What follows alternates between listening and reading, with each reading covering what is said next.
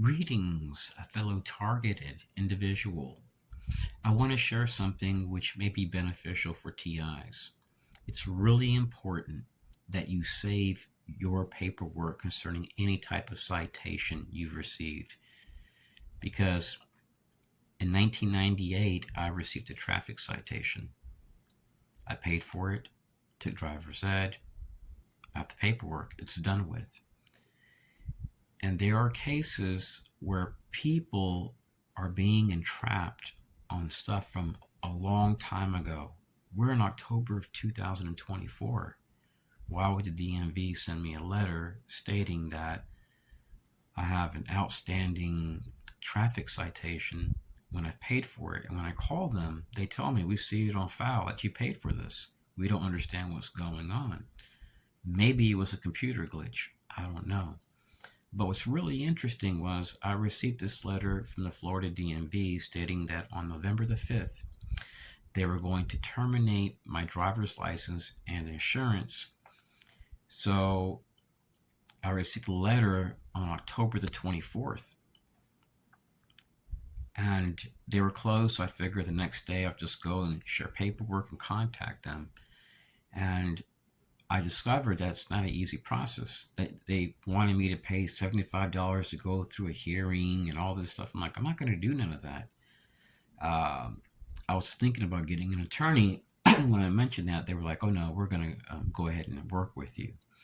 So I'm going to add some snapshots to this video. I took out some information because I don't want people to see my personal information, my driver's license, my address.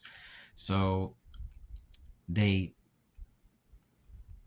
send me a letter saying that they're going to cancel my license on November the 5th, which is next month, in a few more days. But they canceled it on the 24th, and I'm going to add a snapshot of it. So if I was driving and a cop pulled me over for going 1 mile over the speed limit, they would have seen that my driver's license was terminated.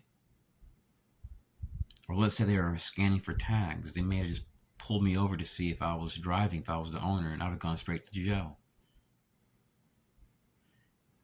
So it makes me wonder sometimes, are these things coincidences? And that same day, I had watched a video from a TI in Jacksonville, Florida, and he was talking about the corruption in that county. And there were people which were given letters to pay more stuff than what they were supposed to. They already paid their fines and everything. So if you're a TI, it's real important that you save files. Good morning, fellow targeted individuals. Right now I'm just having breakfast. I'm like 1 mile away from my doctor's office. I have an appointment. I'm like 80 miles away from my house just to see this doctor. And I remember when I lived in Austin, Texas, there was a time I could just be eating food and these people would show up and sit at the same table as me. Or they would sit across from me, order food, and sit there with the bag full of food and not open not one thing. And I could be eating for like 12 minutes. And then the exact moment I stand up, they would walk out with me.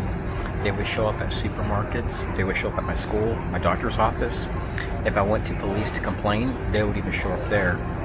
They utilized Sheriff Association members, Northern Command, 8A business vendors, families, veterans, their wives. It was absolutely nuts. And guess who knows about these activities? Your FBI in Austin, New Mexico, and in other states. They know about these activities. They were partaking in it.